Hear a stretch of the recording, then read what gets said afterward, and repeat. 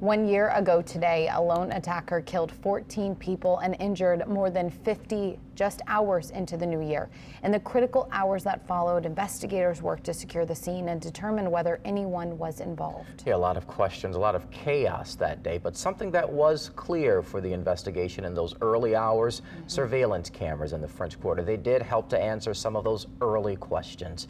One of the first reporters out there on that day, this day 1 year ago, our Leah McNeil. She joins us now with more on the crime camera program and its role that day. Leah, good morning to you. Good morning to you guys. Yeah, this is definitely something that will stick with me for the rest of my life. But these cameras really made a huge difference with this investigation. They're used on the daily to fight crime. These cameras are high tech with facial and clothing recognition. But that day, they were put to a critical test, New Year's Day 2025. Day to day, pretty crazy. Brian Lagarde sees everything. We have over 5,000 cameras around the city of New Orleans. As the executive director of Project Nola crime camera program, he is literally the eyes in the sky. A lot of our work here is looking for wanted subjects. We focus on New Orleans, but we do it all over the country. Those eyes have seen it all. A lot of our time is spent looking at helping to dismantle gangs. We're looking at a lot of hand-to-hand drug transactions, illegal carrying of firearms. But what he witnessed in the first few hours of 2025. We saw it, what was going on our screens.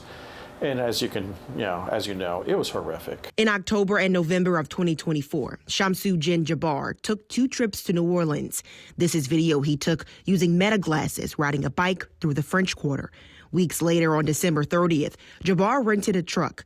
The next day, he drove from his home in Houston, Texas to New Orleans. By 10 p.m. New Year's Eve, Jabbar checked into an Airbnb on Mandeville Street. At 1:53 a.m. and again at 2:20 a.m., New Year's Day, Jabbar is seen on video dropping off 2 coolers, one at Bourbon and St. Peter, the other on Bourbon and Toulouse. At 3 a.m., he was back in his truck. By 3:17, he was driving up Canal, making a right turn on Bourbon. It began with a phone call. I need EMS at Canal and Bourbon now. And it was one of the 8 district officers that we work very closely with, and she said that she was standing on Bourbon Street surrounded by bodies. There was just a terrorist attack. After 8 seconds of gunfire with NOPD, he was shot and killed. There were people on the ground that never had the opportunity to ever get back up. There was lots of injured people on the grounds. It was terrible. 2.5 blocks in 37 seconds, killed 14 and left dozens of others injured. Yeah, once the initial surprise wore off, they just immediately started helping others. Everybody had to power through it and do what needed to be done.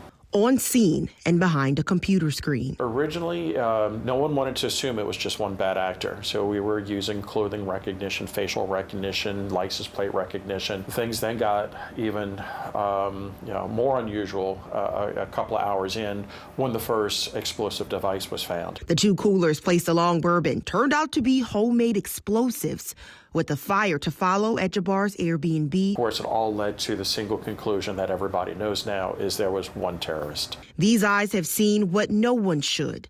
Now, a year later, Lagarde continues his work as the watchful eye in the sky.